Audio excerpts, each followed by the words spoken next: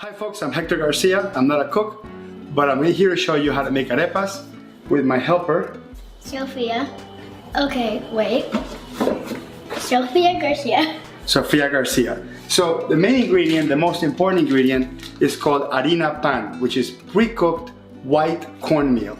If you can't get this in your local store, I'll put a link below, whatever I can find online where you can buy it, but this is an essential ingredient. It's basically flour made out of white corn from my home country, Venezuela. They also have some from Central America, from Colombia, but this is the original one. This is the one that you want to use. So what else you're gonna need? We're gonna need some milk, A bowl, some lukewarm water in a measuring cup, preferably. some sugar, Just a little bit of sugar, some butter, we're gonna need some butter, and finally some salt. I use kosher salt, but you can use any salt you want. Yeah. So we're gonna start with 2 cups of flour, which will give you about 4 arepas, 4 large arepas for 4 people. That's about the serving. So half a cup of flour for every person. We're gonna put, for each cup of flour, we're gonna put 1.25 cups of water. I actually take the quarter and replace that with milk. So I'm gonna put 1 cup of flour, 1 cup of water, and 1/4 cup of milk. And we'll mix it all up in the bowl. So Sofia, the first thing I did was I poured the 2 cups of water here in the bowl. I made sure it's lukewarm water, so the mixture is not so cold in our hands. Then I have 2 cups of flour, and I'm gonna put it here in the water. Then I'm gonna take half a cup of milk, put it in the measuring cup, and you can put it right in the mixture.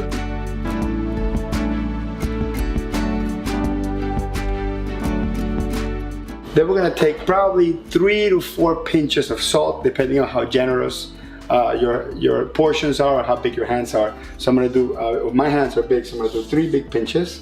So I'll do 2, and Sofia, you can do 2 of yours. It's the equivalent to 1 of mine.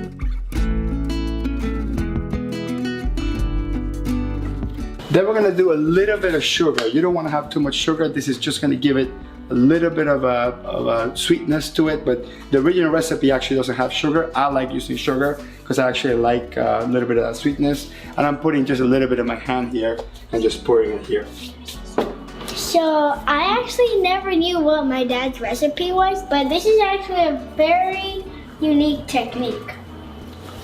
So we're gonna actually mix this in and leave it sitting for a couple of minutes after it's all mixed in, so it gets a little bit harder.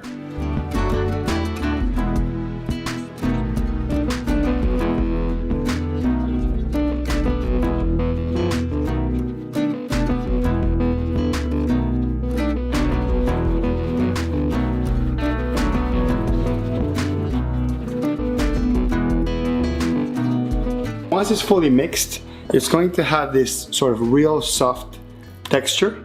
If we actually let this sitting for a couple of minutes, this is gonna get a little bit harder. So I'll see you back in 2 minutes.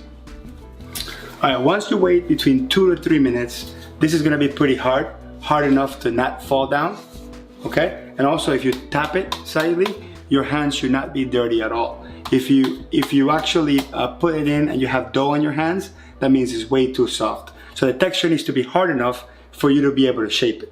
So I'm gonna grab a handful.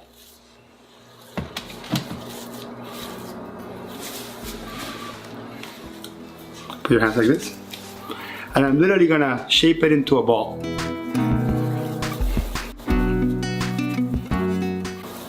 Once it's done, I'm gonna slap it slightly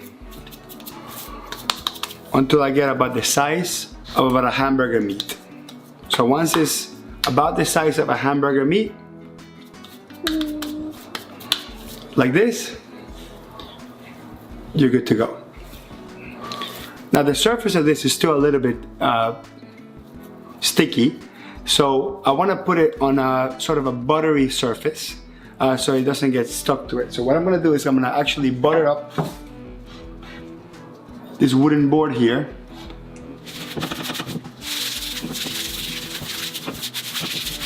And we're gonna set the arepas down.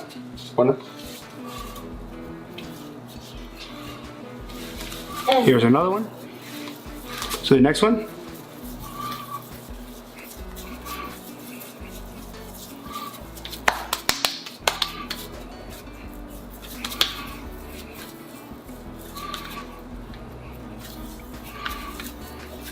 So you want to see more or less. Perfectly round, something a little bit bigger than a palm. The size of a hamburger meat that you would put in a barbecue grill.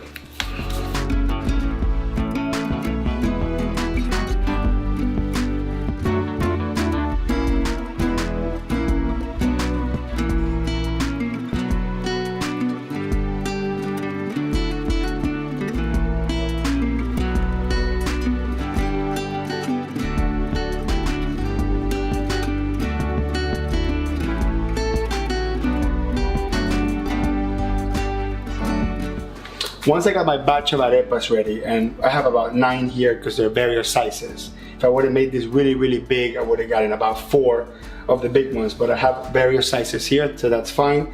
You just have to keep in mind that they need to be about the same thickness in order for them to cook evenly. So I'm gonna heat up the pan about halfway, and then I'm gonna butter it up. Once you feel a little bit of heat coming from your pan, you can now set them down here. Make sure they're still perfectly shaped, perfectly round, perfectly even. Again, the different sizes are not really the problem. They just need to be the same thickness. So a quick reminder, this is a great time to preheat your oven at 400 degrees. And make sure that you're not cooking them. We're not trying to cook them here. We're just trying to make the outside of it toasted. About 5 minutes in, if you smell it getting burnt, that means it's time to flip it. You will notice a little bit of orange or browning on it. Definitely not black. Black means it's cooked and it's burned. All we're trying to do is toast the edges.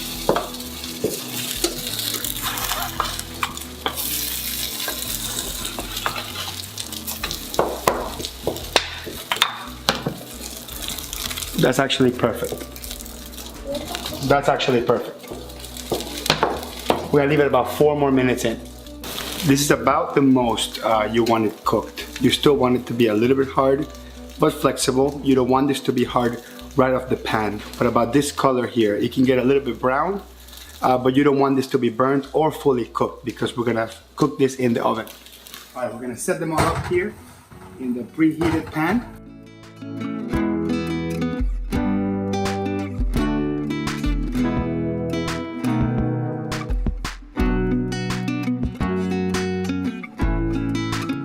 Inconsistent sizes are not an issue.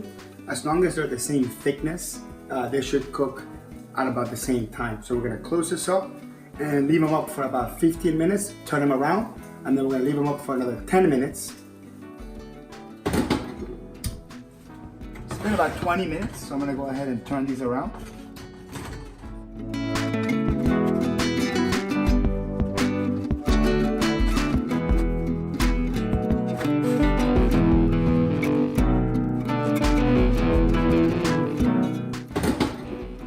It's been another 10 minutes, so this should be done. You should never cook them for any more than 30 minutes. You can leave them here resting for a good another 15 minutes and they should be ready to eat. Finally, you stuff it with whatever you want. In this case, we put fresh white cheese and avocado and eat it up.